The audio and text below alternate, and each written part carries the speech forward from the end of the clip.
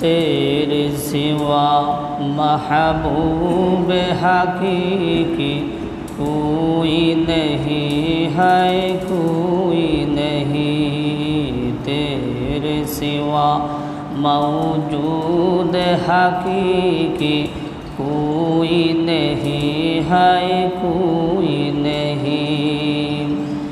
यादों में तेरे सबको बुला दो,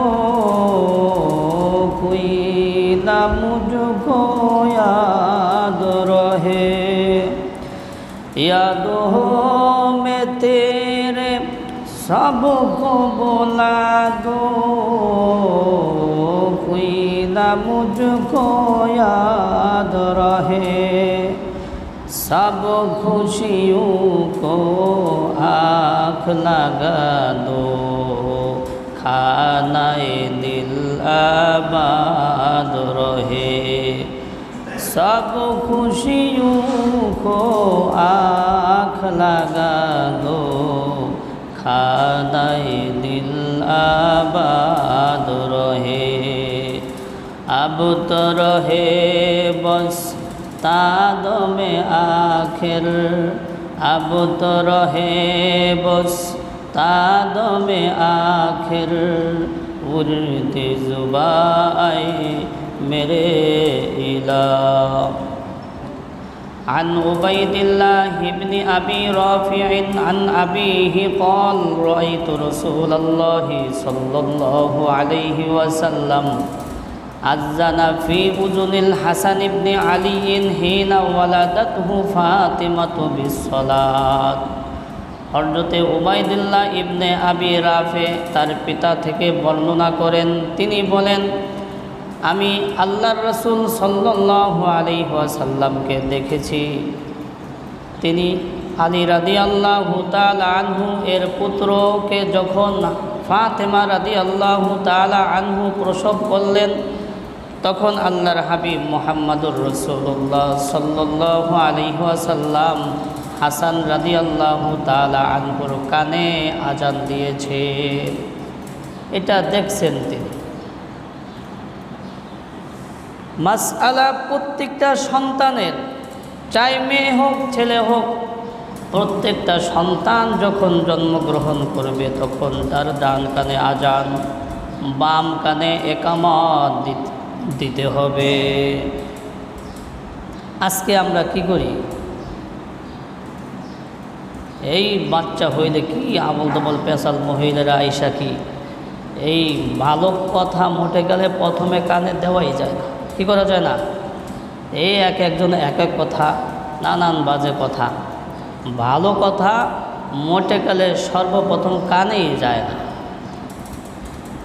তো মাসআলা হলো, যখন কোনো সন্তান ভূমিষ্ঠ হবে, চাই ছেলে হোক মেয়ে হোক, সন্তান ভূমিষ্ঠ হওয়ার পরে ওই সন্তানের ডান কানে আজান, বাম কানে একামত দিতে হবে। যিনি আজান এবং একামত দিবেন তিনি অবশ্যই কিবলামুখী হয়ে দাঁড়াবেন। জোরে দেওয়ার প্রয়োজন নাই, স্বাভাবিকভাবে বাচ্চার কানে যাতে করে পৌঁছে। যিনি আজান একামত দিবেন তিনি অবশ্যই কিবলামুখী হয়ে দাঁড়াবেন। যখন বাচ্চার কানে আজান দেবেন তখন বাচ্চার চেহারাটা দক্ষিণ দিকে থাকবে। যখন বাচ্চার কানে একামত দিবে তখন বাচ্চার চেহারাটা উত্তর দিকে থাকবে। এটা করতে হবে। তো এক নম্বর করণীয় হলো, সন্তান ভূমিষ্ঠ হওয়ার পরে সন্তানের কানে আজানের ধ্বনি, একামতের ধ্বনি পৌঁছায়া দেওয়া পিতা মাতার উপর দায়িত্ব, কর্তব্য। এই জন্য আমরা সামনে থেকে খেয়াল রাখব, নাতি নুতি যা হয়, যা আল্লাহ তাআলা দেয়, এটা যেন ভুল না হয়। আজকে সন্তানরা কথা শোনে না, বলতে গেলে অধিকাংশ সন্তানরাই মা বাবার সাথে বেয়াদবি করে। শুধু কি তাই? ময় মুরব্বী, ওস্তাদ কাউকেই মানতে চায় না, কাউকে কি মানতে চায় না। এর ত্রুটি আমাদের, এর ত্রুটি কি আমাদের ত্রুটির কারণেই এই সমস্যাগুলো হয়। তো এক নম্বর যে আমাদের করণীয় সেটা হলো, সর্বপ্রথম যেই সন্তানটা ভূমিষ্ঠ হবে এই সন্তানের ডান কানে আজান, বাম কানে একামত দিতে হবে। যিনি আজান এবং একামত দিবেন তিনি অবশ্যই কিবলামুখী হয়ে দাঁড়াবেন। যখন বাচ্চার কানে আজান দিবেন তখন বাচ্চার চেহারাটা দক্ষিণ দিকে থাকবে, যখন বাচ্চার কানে একামত দেওয়া হবে তখন বাচ্চার চেহারাটা উত্তর দিকে থাকবে। 2 নম্বর করণীয় হলো তাহানি করতে হবে। তাহানি করা সুন্নাত। তাহানি কাকে বলা হয়? কয় কোনো ভালো মানুষ, ভালো মুরব্বী, ভালো বুজুর্গর মুখের লালা বা তার মুখে থেকে কিছু চিবানো ওই বাচ্চার মুখে লাগায়া দেওয়া, এটাকে বলা হয় তাহানি। হযরত আসমা রাদিয়াল্লাহু তাআলা আনহা বলেন, আমি আব্দুল্লাহ ইবনে জুবাইর রাদিয়াল্লাহু তাআলা আনহুকে গর্ভধারণ করলাম। তখন এমন অবস্থায় মদিনায় হিজরত করলাম যে আমি আসন্ন প্রসবা, অর্থাৎ যে কোনো সময় গর্ভপাত হয়ে যেতে পারে।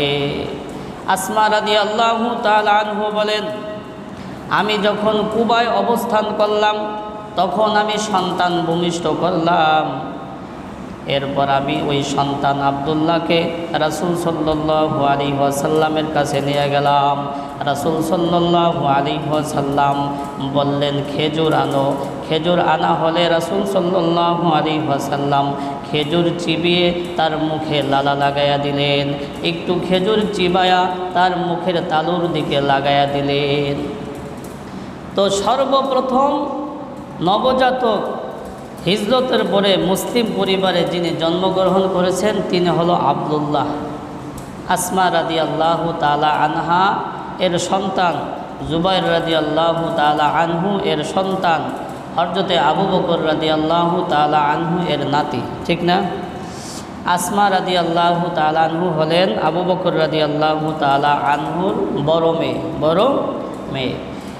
যাই হোক, সর্বপ্রথম হিজরতের পরে মুসলিম পরিবারে তিনি জন্মগ্রহণ করেছেন এবং রাসূলুল্লাহ সাল্লাল্লাহু আলাইহি ওয়াসাল্লামের বরকতে জবানের লালা তার মুখে পড়েছে।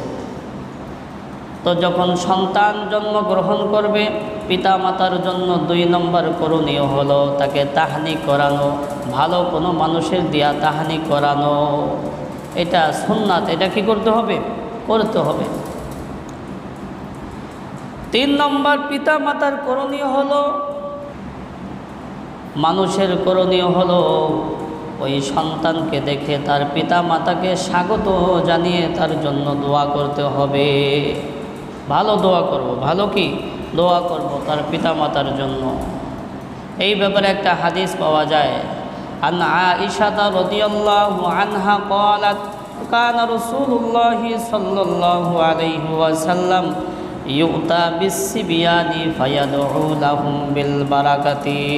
হযরত আয়েশা রাদিয়াল্লাহু তাআলা আনহা বলেন, যখনই কোনো সন্তান ভূমিষ্ঠ হইত আল্লাহর হাবিবের কাছে নিয়ে আসা হইত, আল্লাহর হাবিব কোলে নিতেন এবং তার জন্য বরকতের দোয়া করতেন। তো এই হাদিস দ্বারা আমরা আরেকটা বিষয় পাই যে ভালো মানুষ দিয়ে কী করা? দোয়া করা। ভালো মানুষ দিয়ে দোয়া করা। যখন কোনো সন্তান ভূমিষ্ঠ হবে তখন তার জন্য দোয়া করা, তখন তার জন্য দোয়া করা, তার পিতা মাতার জন্য দোয়া করা।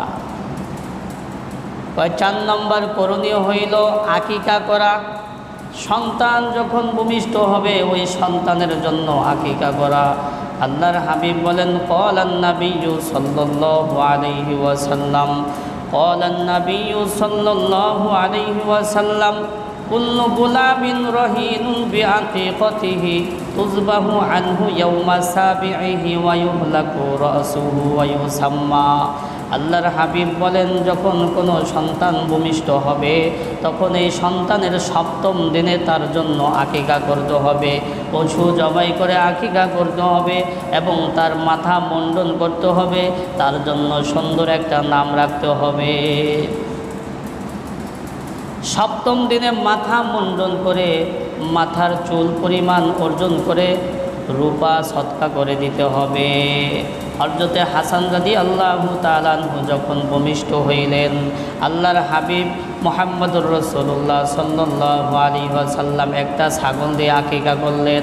সাথে সাথে বললেন, ফাতেমা তার চুলকে নেড়া করে দাও, তার চুলকে নেড়া করে দিয়ে এই পরিমাণ রূপা সদকা করে দাও। আলী রাদিয়াল্লাহু তাআলা আনহু তাই করলেন। তো আকিকা করা, কি করা? আকিকা করা। আকিকার ক্ষেত্রে অনেকগুলো মাসালা আছে, সংক্ষেপে দুই একটা বলি। প্রথমত আকিকার করার হুকুম কি? আকিকা করার হুকুম কি? হয় আকিকা ফরজ না ওয়াজিব না, আকিকা করা সুন্নাত। নবী করছেন, নিজের জন্য করছেন, নিজের আত্মীয়দের জন্য করছেন, এই জন্য আকিকা করা সুন্নাত। 2 নম্বর, আকিকা কখন করতে হবে? আল্লাহর হাবিব বললেন, আল আকিকাতু তুযবাহু লিসাবঈন আও লি 14 আও লি 21। আল্লাহর হাবিব বলেন আকিকা করতে হবে 7ম দিনে, যদি 7ম দিনে না পারা যায় তাহলে 14তম দিনে, যদি 14তম দিনে সম্ভব না হয় তাহলে 21তম দিনে আকিকা করবে, যদি 21তম দিনে সম্ভব না হয় তাহলে জীবনের যে কোনো সময় যখনই সুযোগ হয় তখনই আকিকা করবে। এই 3 দিন করা ভালো। তো এই 3 দিন যদি না পারে অন্য যে কোনো সময় আকিকা করবে। আল্লাহর হাবিব মুহাম্মদুর রাসূলুল্লাহ সাল্লাল্লাহু আলাইহি ওয়াসাল্লাম নিজের আকিকা নিজেই করছেন হিজরতের পরে। হিজরতের পরে তো ওই সময় তো বয়স প্রায় 50-এর কাছাকাছি, ঠিক না? হিজরতের পরে মদিনায় ছিলেন 13 বছর। মদিনায় কয় বছর ছিলেন? 13 বছর। তো 50 বছর, 50 বছর বয়সে 63 বছর হায়াত পাইছেন। কত বছর? 63 বছর হায়াত পাইলে 13 বছর কাটাইছে কোথায়? মদিনায়। কোথায়? মদিনায় কাটাইছে। তাহলে বোঝা গেল 50 বছর বয়সে কি করছে? হিজরত করছে। তো রাসূল সাল্লাল্লাহু আলাইহি ওয়াসাল্লাম হিজরতের পরে নিজের আকিকা নিজে করছেন। এই জন্য যখনই সময় হয় আমরা আকিকা করব। আর একটা মাসালা হইল আকিকা কয়টা ছাগল দিয়ে করতে হবে? আকিকা কয়টা ছাগল দিয়ে করতে হবে? আল্লাহর হাবিব বলেন, আনিল গুলাবি শাতানে মুকাফিআতানে ওয়া আনিল জারিয়াতি শাতুন। ছেলেদের ক্ষেত্রে 2টা ছাগল, সমবয়সী 2টা ছাগল দিয়ে করা ভালো। মেয়েদের ক্ষেত্রে 1টা ছাগল। যদি 2টা দিয়ে সম্ভব না হয় তাহলে 1টা ছাগল দিয়ে আকিকা করলে আকিকা হয়ে যাবে। দলিল, রাসূল সাল্লাল্লাহু আলাইহি ওয়াসাল্লাম হাসান রাদিয়াল্লাহু তাআলা আনহুর আকিকা করছে 1টা ছাগল দিয়ে। কয়টা ছাগল দিয়ে? 1টা ছাগল দিয়ে। এই জন্য 2টা ছাগল দিয়ে আকিকা করা ভালো। যদি 2টা ছাগল দিয়ে আকিকা করা না যায় তাহলে কমাস কম 1টা ছাগল দিয়ে আকিকা করতে হবে। আরেকটা বিষয় হলো আকিকার ছাগলের বয়স সীমা কি? কত বছর বয়স হইতে হবে? ভাই, কোরবানির পশুর ক্ষেত্রে যেই বয়স আকিকার ক্ষেত্রে ঠিক একই বয়স। যদি কেউ উট দিয়ে আকিকা দেয় তাহলে 5 বছর। কয় বছর? 5 বছর হইতে হবে। গরু মহিষ দিয়ে আকিকা দিলে 2 বছর হইতে হবে। ছাগল দুম্বা ভেড়া দিয়ে আকিকা দিলে কমাস কম 1 বছর হইতে হবে। ওই কোরবানির করার ক্ষেত্রে পশুর যেই বয়স ওই বয়সে আকিকা করার ক্ষেত্রে তো আকিকা করব আমরা। আরেকটা বিষয় হলো যে আকিকার ক্ষেত্রে নর না মাদি প্রাণী দিয়ে করবে, পশু দিয়ে করবে। বা এই ক্ষেত্রে নর মাদি কোনো বিষয় না, যার যেটা মন চায় করবে, কোনো সমস্যা নাই। তো 4 নম্বর যেই করণীয় হলো সেটা হলো আকিকা করা। কি করা? আকিকা করা, সন্তানের জন্য আকিকা করা। 5 নম্বর করণীয় হইল সন্তানের জন্য সুন্দর একটা নাম রাখা এবং আদব শিষ্টাচার শিক্ষা দেওয়া। আন ইবনে আব্বাস রাদিয়াল্লাহু আনহু قال قالوا يا رسول الله قد علمنا حق الوالد فما حق الولد قال رسول الله صلى الله عليه وسلم أن يحسن اسمه ويحسن أدبه। হযরত আব্বাস রাদিয়াল্লাহু তাআলা আনহু বলেন, সাহাবায়ে কেরাম আরজ করলেন, ইয়া রাসূলুল্লাহ, ইয়া হাবিবাল্লাহ, আমরা তো পিতা মাতার হক জানি, পিতা মাতার সাথে কি আচরণ করতে হবে, আমি সন্তান হিসাবে আমার কাছে কি কি প্রাপ্য পিতা মাতার এটা জানি, কিন্তু সন্তানের কি প্রাপ্য, সন্তানের হকের ব্যাপারে আমরা জানি না। পিতা মাতার হক সম্পর্কে আমরা অবগত, কিন্তু সন্তানের হক কি সেটা আমরা জানি না। আল্লাহর হাবিব বললেন, সন্তানের হক হইল আইয়ুহসিনা ইসমাহু ওয়া ইউহসিনা আদাবাহু।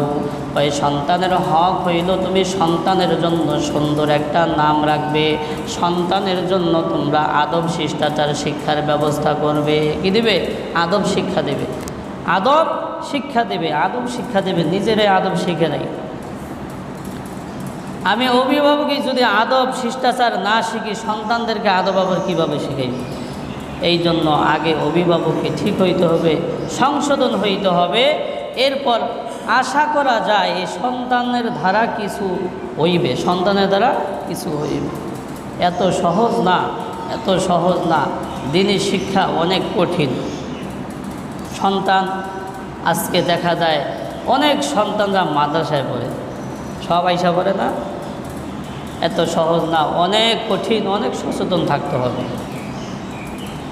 তো সন্তানের 5 নম্বর হক হইল সন্তানের সুন্দর একটা নাম রাখতে হবে এবং সন্তানকে আদব শিষ্টাচার শিক্ষা দিতে হবে।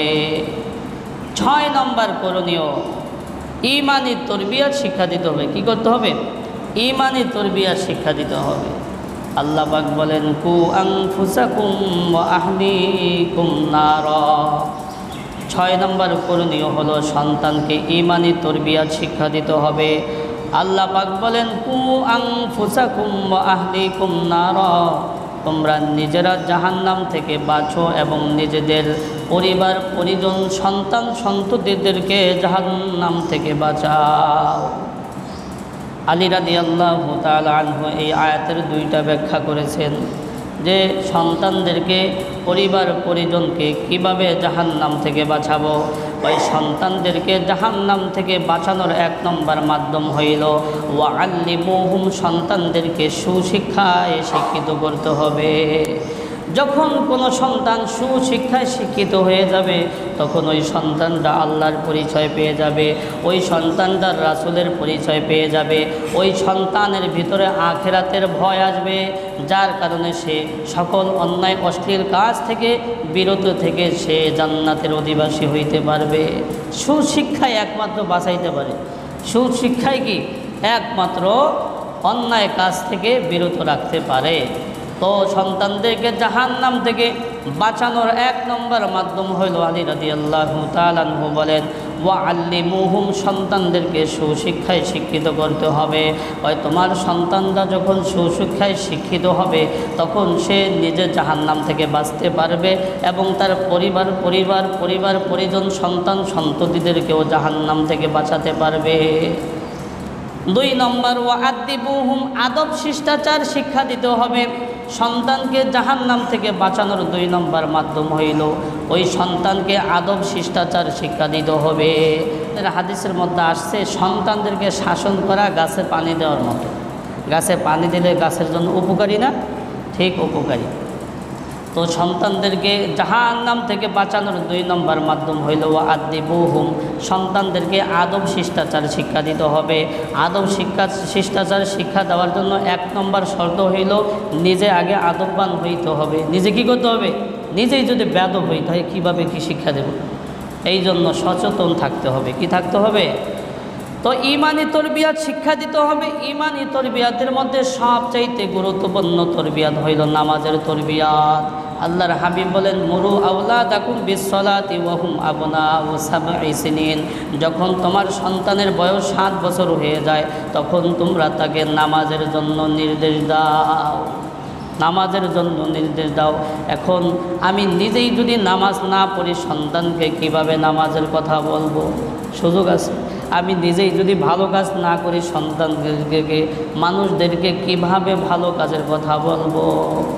এই জন্য আগে নিজে নামাজ পড়তে হবে, তারপর সন্তানদেরকে নামাজ পড়ার জন্য বলতে হবে। দেখবেন যেই ফ্যামিলির বাবা মা নামাজ পড়ে, বাবা মা নামাজ পড়ে, ওই সন্তানরা নামাজ মোটামুটি পড়লেও পড়ে।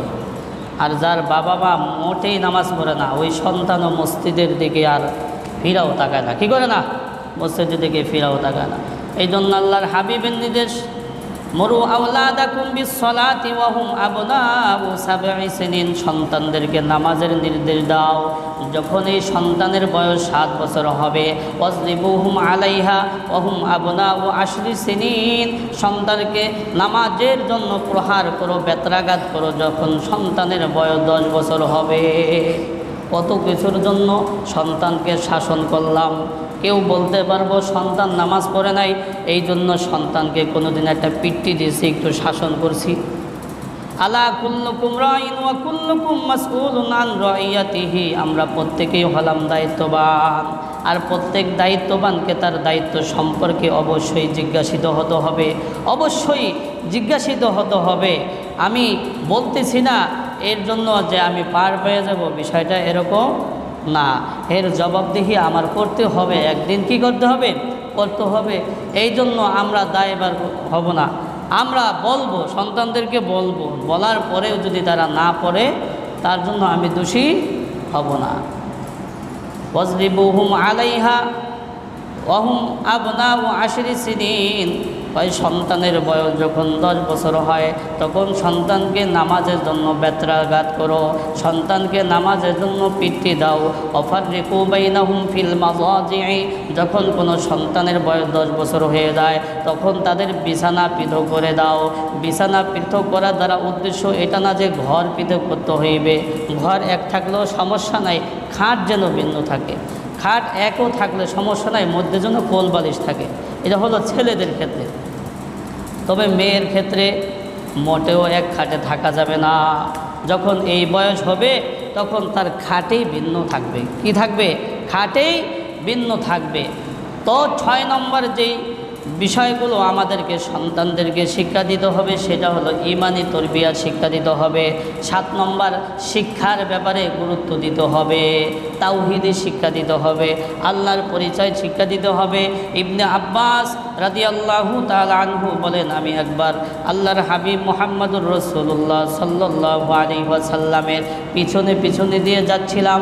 হঠাৎ করে আল্লাহর হাবিব আমাকে বলল, হে বচ্চ, হে ছেলে, আমি তোমাকে কিছু বিষয় বলছি, তুমি এগুলো স্মরণ করো, মুখস্থ করে রাখো।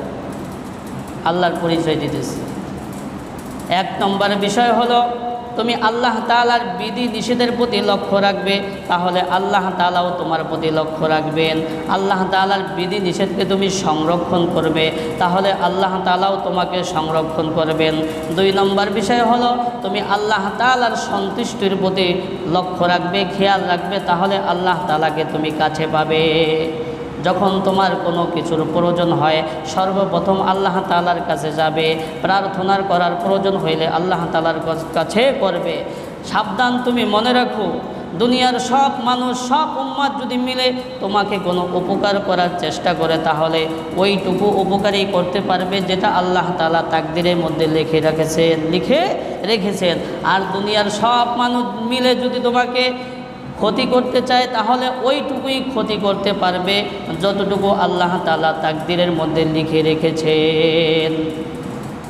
রুফিয়াতিল আকলাম ওয়া জাফফাতিস সুহুফ, আল্লাহর হাবিব এরপর বলেন কলমকে উঠাইয়া নেওয়া হয়েছে এবং কাগজ লিখিত এগুলো শুকাইয়া গেছে। বুঝলেন কি বলছে? যে যা হইবে এগুলো সব লেখা হয়ে গেছে। লেখার পরে কলমও শেষ হয়ে গেছে, আর যে লিখছে এইগুলোও কি শেষ হয়ে গেছে। অতএব আর ওখানে সংযোজন বিয়োজন করার কোনো কি নাই, অপশন নাই। কি নাই? অপশন নাই যে নতুন করে কিছু লিখবে আর ওখান থেকে কিছু কাটবে, এগুলোর কি নাই, অপশন নাই। তো সন্তানকে এই তাওহীদি বিষয়গুলো শিক্ষা দিতে হবে। কি করতে হবে? তাওহীদি বিষয়গুলো শিক্ষা দিতে হবে যে তুমি আল্লাহ তাআলার বিধি নিষেধকে রক্ষা করবে, তাহলে আল্লাহ তাআলাও তোমাকে রক্ষা করবেন। আল্লাহ তাআলার সন্তুষ্টির প্রতি তুমি খেয়াল রাখবে, তাহলে আল্লাহ তাআলাকে তুমি কাছে পাবে। যদি কোনো কিছু চাওয়ার প্রয়োজন হয় একমাত্র আল্লাহ তাআলার কাছে চাবে। এই তাওহীদি বিষয়গুলো শিক্ষা দিতে হবে সন্তানদেরকে। 2 নম্বর কোরআন শিক্ষা দিতে হবে। আল্লাহর হাবিব বলেন, খায়রুকুম মান তাআল্লামাল কুরআনা ওয়া আল্লামা, তোমাদের মধ্যে ওই ব্যক্তি উত্তম যে কোরআন নিজে শিখে এবং অন্যকে শিক্ষা দেয়। এই জন্য কোরআন শিখতে হবে। কী করতে হবে? কোরআন শিখতে হবে। তো 7 নম্বর যে করণীয় সেটা হলো শিক্ষার ব্যাপারে গুরুত্ব দিতে হবে। কী করতে হবে? শিক্ষার ব্যাপারে গুরুত্ব দিতে হবে। 8 নম্বর করণীয় হলো সন্তানদের ব্যাপারে সম্পদ বন্টন করার ক্ষেত্রে সমতা বজায় রাখা। সম্পদ বন্টন করার ক্ষেত্রে সমতা বজায় রাখা। হযরত নুমান বিন বাশির রাদিয়াল্লাহু তাআলা আনহু বলেন, আমার পিতা একবার আল্লাহর হাবিব মুহাম্মদুর রাসূলুল্লাহ সাল্লাল্লাহু আলাইহি ওয়াসাল্লাম এর কাছে আমাকে নিয়ে গেলেন। নিয়ে রাসূল সাল্লাল্লাহু আলাইহি ওয়াসাল্লামকে বলতেছেন, ইয়া রাসূলুল্লাহ, ইয়া হাবিবাল্লাহ, আমি নুমানকে আমার অমুক অমুক সম্পদ আমি তাকে দিয়া দিলাম, আপনি সাক্ষী থাকুন। আল্লাহর হাবিব বলল, তুমি নুমানকে যেমনিভাবে দিছো তোমার অন্য সন্তানদেরকেও কি তুমি দিয়েছো? বলে না। কয়, তুমি কি চাও যে সকল সন্তান তোমার সাথে ভালো ব্যবহার করুক? বলে, অবশ্যই আমি চাই। আল্লাহর হাবিব বললেন, তাহলে তুমি সকলের ক্ষেত্রে হক বন্টনের ক্ষেত্রে সমতা বজায় রাখো। আমি এটা সাক্ষী থাকতে পারবো না, সাক্ষী থাকতে পারবো না। মাসআলা, জীবদ্দশায় সম্পদের মধ্যে কম বেশি করা যাবে না। জীবদ্দশায় সম্পদের মধ্যে কম বেশি করা যাবে না। যদিও কম বেশি করে আইনগতভাবে এটা কার্যকর হয়ে যাবে, কিন্তু কম বেশি করার কারণে গুনাহগার হইতে হবে। তবে হ্যাঁ বদকার এবং নেককারের ক্ষেত্রে কম বেশি করা যাবে। অনেক সময় বলে, হুজুর আমার এই ছেলেটা এমন ভালো, সে আমার সব ভরণ পোষণ কী করে বহন করে, আর আরেক ছেলে মোটে গেলে আমাকে দেখতে পারে না। এখন সম্পদের ক্ষেত্রে কম বেশি করা যাবে কিনা? হ্যাঁ, যাবে। বদকার এবং নেককারের ক্ষেত্রে কি করা যাবে? সম্পদের ক্ষেত্রে কম বেশি করা যাবে। এতে গুনাহগার হবে না? কোনো গুনাহগার হবে না। এই জন্য এটা করা যাবে। তো আমরা যত সম্ভব সন্তানদের মাঝে হক বন্টনের ক্ষেত্রে সমতা বজায় রাখব। এ হলো 8 নম্বর করণীয়। 9 নম্বর করণীয় হলো সন্তানের যখন বয়স হবে তখন বিবাহ দিয়ে দেওয়া। কী দিয়ে দেওয়া?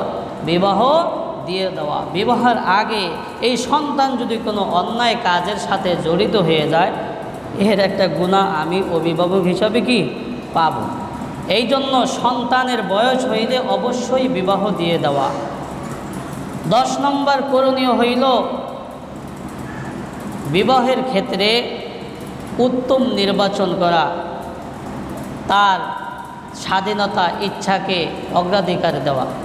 আজকে দেখা যায় অধিকাংশ সংসার টিকে না এই পছন্দ অপছন্দর কারণে। মেয়ে পছন্দ করে না বা ছেলে পছন্দ করে না, কিন্তু বাপ মার চাপে কি বিবাহ করতে হয়, কিন্তু শেষমেশ সংসারে কি টিকে না, সংসার টিকে না। এই জন্য এটার ক্ষেত্রে কি করতে হবে? স্বাধীনতা ইচ্ছাকে অগ্রাধিকার দিতে হবে। অবশ্যই আকিল বালেগের একটা ইচ্ছা আছে, কি আছে? তার ইচ্ছার উপরে সব কিছু করতে হবে। 11 নম্বর করণীয় হইল সন্তানদের ভরণ পোষণ দিতে হবে। কি করতে হবে? সন্তানদের ভরণ পোষণ দিতে হবে। আল্লাহর হাবিব বলেন, কাফা বিল মারই ইসমান আইয়ুযাইয়্যা মাইয়াকুতু, ওই কোনো একজন ব্যক্তি গুনাহগার হওয়ার জন্য এটাই যথেষ্ট যে সে তার সন্তানদের ভরণ পোষণ ঠিকমতো দেয় না। এটা দায়িত্ব অভিভাবক, কি অভিভাবকের এটা দায়িত্ব, তাদের ভরণ পোষণ ঠিকমতো কি করতে হবে? দিতে হবে। 12 নম্বর করণীয় হইল সন্তানের জন্য বদদোয়া করা যাবে না, ভালো দোয়া করতে হবে। পিতা মাতা ভালো দোয়া করলেও সন্তানের জন্য কবুল হয়ে যায়, বদদোয়া করলেও কবুল হয়ে যায়। হাদিসের মধ্যে আসছে 3 ব্যক্তির মাঝে এবং আল্লাহ তাআলার মাঝে কোনো পর্দা থাকে না। যখনই তারা দোয়া করে আল্লাহ তাআলা তাদের দোয়াকে কবুল করে নেন। 1 নম্বর হইল মাতা পিতা যখন সন্তানের জন্য ভালো দোয়া করে সাথে সাথে আল্লাহ তাআলা কবুল করে নেন। মাতা পিতা যদি সন্তানের জন্য বদদোয়া করে এটাও আল্লাহ তাআলা সাথে সাথে কবুল করে নেন। 2 নম্বর হইল মুসাফির, যারা আল্লাহর রাস্তায় মুসাফির, এই মুসাফির যদি কোনো দোয়া করে আল্লাহ তাআলা সাথে সাথে কবুল করে নেন। 3 নম্বর হইল মাজলুম, যিনি নির্যাতিত, যার ওপর জুলুম করা হয়, এমন ব্যক্তি যদি দোয়া করে তাহলে তার দোয়াও সাথে সাথে কবুল হয়ে যায়। এই জন্য সন্তানদের ব্যাপারে আমরা খারাপ দোয়া করব না, ভালো দোয়া কি করব? তবে আল্লাহর হাবিব বলেছেন, লা তাদউ আলা আনফুসিকুম ওয়ালা তাদউ ফি আওলাদিকুম ওয়ালা তাদউ ফি খাদামিকুম ওয়ালা তাদউ ফি আমওয়ালিকুম। আল্লাহর হাবিব বলেছেন, তোমরা নিজেদের ব্যাপারে বদদোয়া করো না, তোমাদের সন্তানদের ব্যাপারে বদদোয়া করো না, তোমাদের খাদেমদের কর্মচারীদের ওপর বদদোয়া করো না, তোমাদের ধন সম্পদের ওপর বদদোয়া করো না। এই জন্য আমরা বদদোয়া করব না। তো বলতেছিলাম, প্রত্যেকটা সন্তানের জন্ম থেকে মৃত্যু পর্যন্ত 12টি বিষয় করণীয়। 1 নম্বর হইল, সন্তান যখন জন্মগ্রহণ করবে, সন্তানের ডান কানে আজান, বাম কানে একামত দিতে হবে। যিনি আজান একামত দিবেন তিনি অবশ্যই ক্যাবলামুখী হয়ে দাঁড়াবেন। যখন আজান দিবেন সন্তানের চেহারাটা দক্ষিণ দিকে থাকবে, যখন একামত দিবেন তখন সন্তানের চেহারাটা উত্তর দিকে থাকবে। 2 নম্বর, তাহনিক করানো, ভালো কোনো বুজুর্গ ব্যক্তির মাধ্যমে খেজুর মিষ্টি জাতীয় কিছু চিবায়া তার মুখে লালা দিয়ে দেওয়া। 3 নম্বর, ওই সন্তানকে দেখে তার মা বাবার জন্য স্বাগত জানিয়ে সন্তানের জন্য ভালো দোয়া করা। 4 নম্বর, আকিকা করা, সন্তানের জন্য আকিকা করা। 5 নম্বর হইল ওই সন্তানের সুন্দর একটা নাম রাখা এবং তাকে আদব তরবিয়ার শিক্ষা দেওয়া। 6 নম্বর, ইমানি তরবিয়ার শিক্ষা দেওয়া। 7 নম্বর, শিক্ষার ব্যাপারে গুরুত্ব দেওয়া। 8 নম্বর, সন্তানদের মাঝে হক বন্টন করার ক্ষেত্রে সমতা বজায় রাখা। 9 নম্বর, যখন সন্তানের বয়স হবে তখন বিবাহ দিয়ে দেওয়া। 10 নম্বর, বিবাহ দেওয়ার ক্ষেত্রে তার ইচ্ছাকে আকিল বালেক যে তার ইচ্ছাকে অগ্রাধিকার দেওয়া। 11 নম্বর, সন্তানদের ভরণ পোষণ ঠিক মতো দেওয়া। 12 নম্বর, সন্তানদের ক্ষেত্রে ভালো দোয়া করা, বদদোয়া না করা। আল্লাহ পাক রব্বুল আলামিন আমাদেরকে আমল করার তৌফিক দান করুন।